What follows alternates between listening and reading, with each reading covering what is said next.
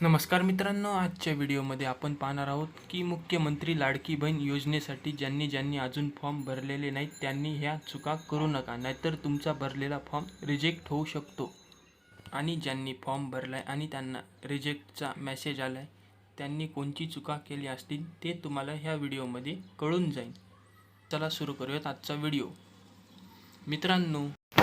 मित्रांनो ह्या योजनेसाठी पूर्ण महाराष्ट्रातून 1 कोटीच्या वर फॉर्म आलेले आहेत आणि काही महिलांनी ऑनलाईन पद्धतीनं आणि ऑफलाईन पद्धतीनं अंगणवाडीतून म्हणा नाही सिटीमधून ऑफलाईन पद्धतीनं फॉर्म भरलेला आहे.